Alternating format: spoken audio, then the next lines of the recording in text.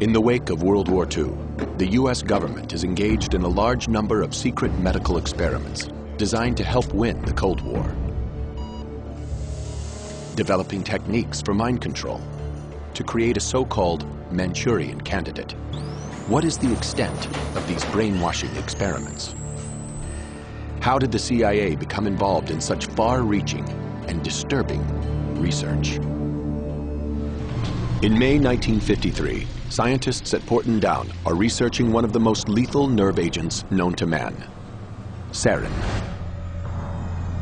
The experiments are conducted on military volunteers, but the young servicemen have no idea what they are letting themselves in for. On the board there was a separate notice, typed, which said in so many words, volunteers wanted to help find a cure for the common cold. By volunteering, Ken Earl becomes an unsuspecting guinea pig in the war against the Soviets. On May 4th at Porton Down, he and 5 other Air Force men are led into a small room by 2 technicians. We were told by the 2 men to roll up the left sleeve. These 2 men then took 2 pieces of material and they taped them to our forearm.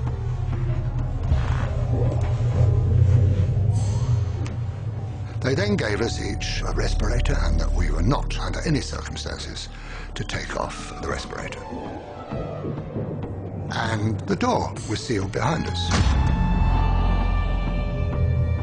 It was very, very poky, a small building. And I found out since it was a gas chamber, which puts the fear of death into you, of course. And this technician, with a vial and a pipette, went round each of us, and he dripped onto this piece of material 20 drops in 2 rows.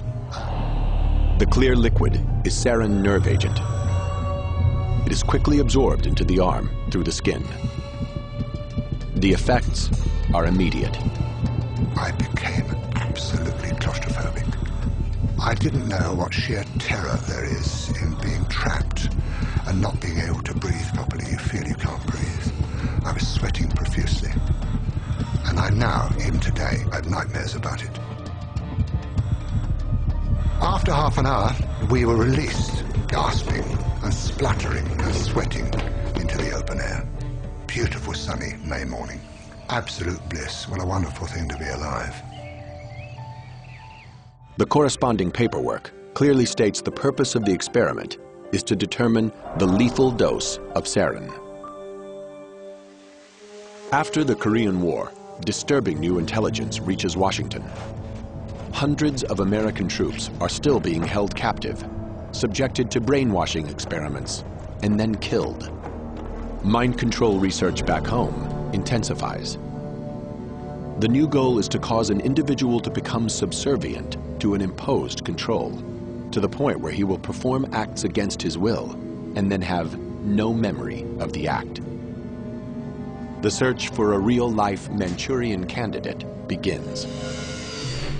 To produce such an assassin, the CIA faces 2 main challenges: how to induce amnesia and how to program in new behavior.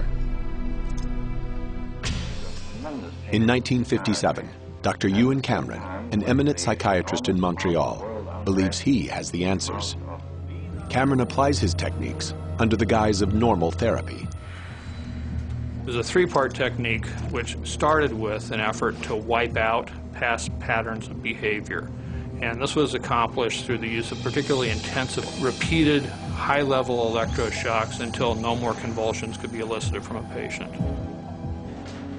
Cameron then plays tape-recorded messages through helmets that are locked to his patients' heads. This psychic driving forces them to listen to repetitive statements for weeks on end to program in new behavior. Now, the final phase was to try to wipe out all recollection of what had happened, and that was accomplished by putting people to sleep for 30, 40 days, accompanied by different kinds of cocktails of drugs. Now, that's not any kind of therapy. That's a brainwashing experiment.